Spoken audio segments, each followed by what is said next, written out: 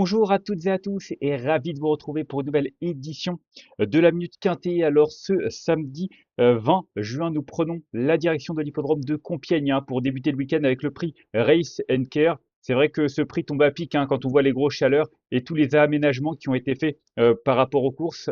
Ça tombe, je trouve, au bon moment. En tout cas, c'est un handicap qui fait la part belle à des stayers. 2800 mètres à parcourir pour des chevaux âgés de 4 ans et au-dessus. Ils étaient 14 à la base, ils ne sont plus que 13 après le forfait du numéro 6, Christobel.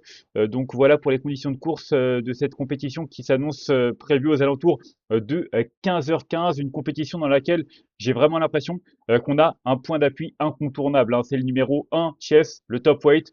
Depuis le début de l'année, il est quand même assez impressionnant. Il a réalisé une rentrée victorieuse. Derrière, il est revenu dans cette catégorie.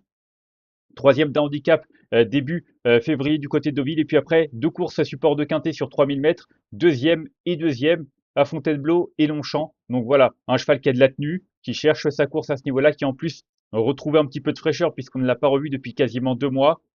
Je pense qu'il a été préparé avec soin. Il est associé à Maxime Guyon, une nouvelle fois muni de hier.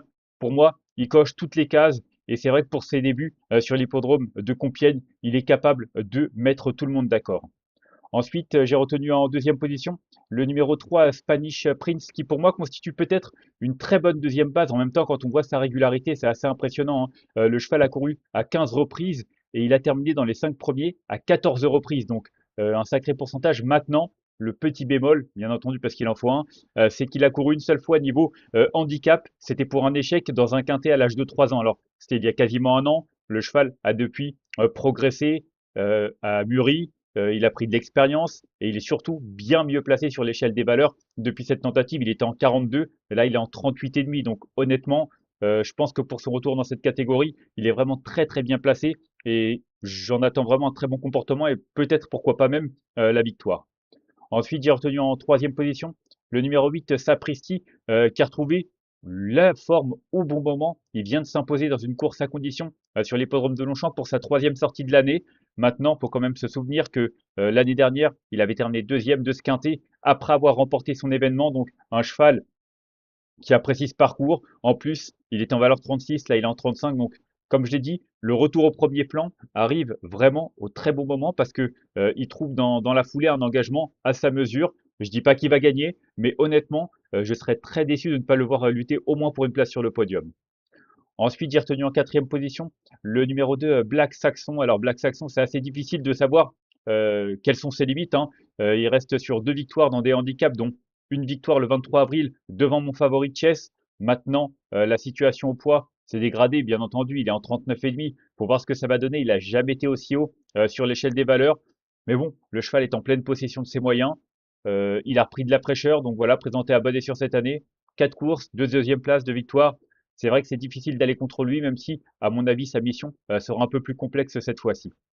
Ensuite, j'ai retenu en cinquième position le numéro 10, Dempy. Dempy, ça peut être une bonne base de jeu. J'ai retenu cinquième, comme j'aurais pu le retenir devant Black Saxon, à mon avis, parce que c'est un cheval qui est courageux, qui est régulier, qui avait terminé troisième de la course référence du 23 avril du côté de Longchamp. Donc voilà, un cheval en forme, un cheval qui a fait ses preuves dans cette catégorie, qui a de la tenue. Et c'est vrai qu'avant le coup, je trouve que sa candidature, pardon, offre pas mal de garanties. Et je pense que même si la dernière fois c'était plutôt moyen du côté de Longchamp, il a quand même pas démérité et ça doit pouvoir suffire pour terminer 4-5e. Ensuite, j'ai retenu en sixième position le numéro 4, Spanish Light. Spanish Light, j'aime bien son profil, je trouve que c'est un outsider très séduisant. Alors, certes, dernièrement, c'est dans une course à réclamer. Maintenant, c'est un cheval qui a fait ses preuves dans les épreuves support de quintet. Il a prouvé qu'il était capable de rivaliser à ce niveau-là. Et puis, il a couru 3 fois sur 3000 mètres et il a toujours fait l'arrivée. Alors oui, il a un échec sur 3200 mètres, mais je pense que le parcours va lui plaire. En tout cas, je trouve vraiment qu'il a une belle carte à jouer et il peut confirmer sa forme pour son retour dans cette catégorie. Ensuite, j'ai retenu en septième position le numéro 9, Aviasor. Alors Aviasor, voilà, c'est une affaire d'impression. C'est un cheval qui, un coup je te vois, un coup je te vois pas. Il vient de décevoir dans un quintet sur plus court.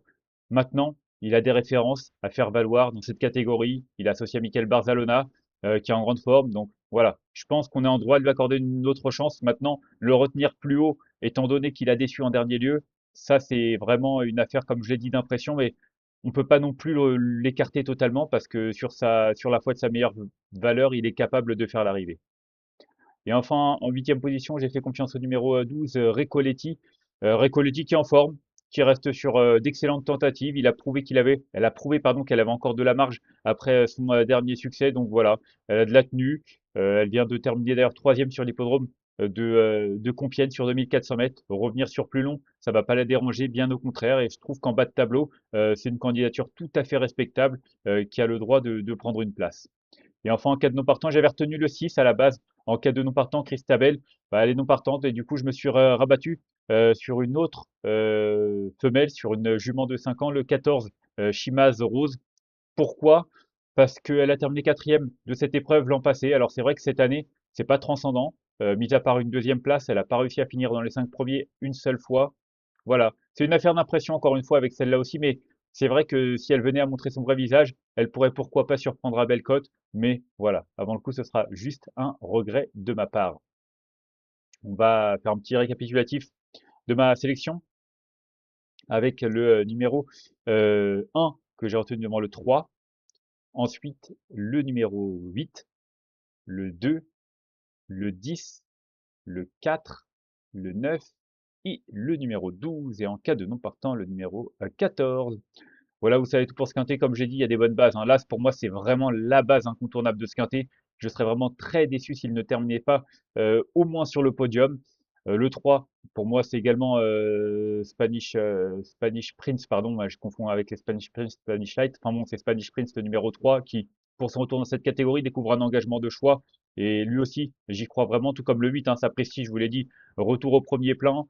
Deuxième de cette épreuve l'an passé avec 1 kilo en plus, pour moi, il a vraiment pas mal d'arguments à faire valoir et c'est vrai qu'avant le coup, il a le droit lui aussi de jouer les premiers rôles. Donc voilà, As 3 et 8. Mais même s'ils ne sont que 13, je trouve qu'il y a quand même d'autres possibilités que je n'ai pas citées qui sont hors de ma section et pourtant j'en ai cité 9 sur 13. Donc c'est pour vous dire à quel point finalement ce quintet est peut-être plus ouvert qu'il n'y paraît. En tout cas, il faudra rester prudent. Moi, je vais vous quitter là-dessus. Je vous remercie d'avoir suivi cette nouvelle édition de la Minute Quintet. On se retrouvera bien entendu dimanche avec un gros dimanche qui nous attend du côté de Vincennes, même si la réunion sera décalée en matinée, hein. Mettez le réveil parce que avec les grosses chaleurs, on a décidé de décaler les courses. En tout cas, on en reparlera dès demain. D'ici là, je vous souhaite une excellente journée de manger à tous. Au revoir.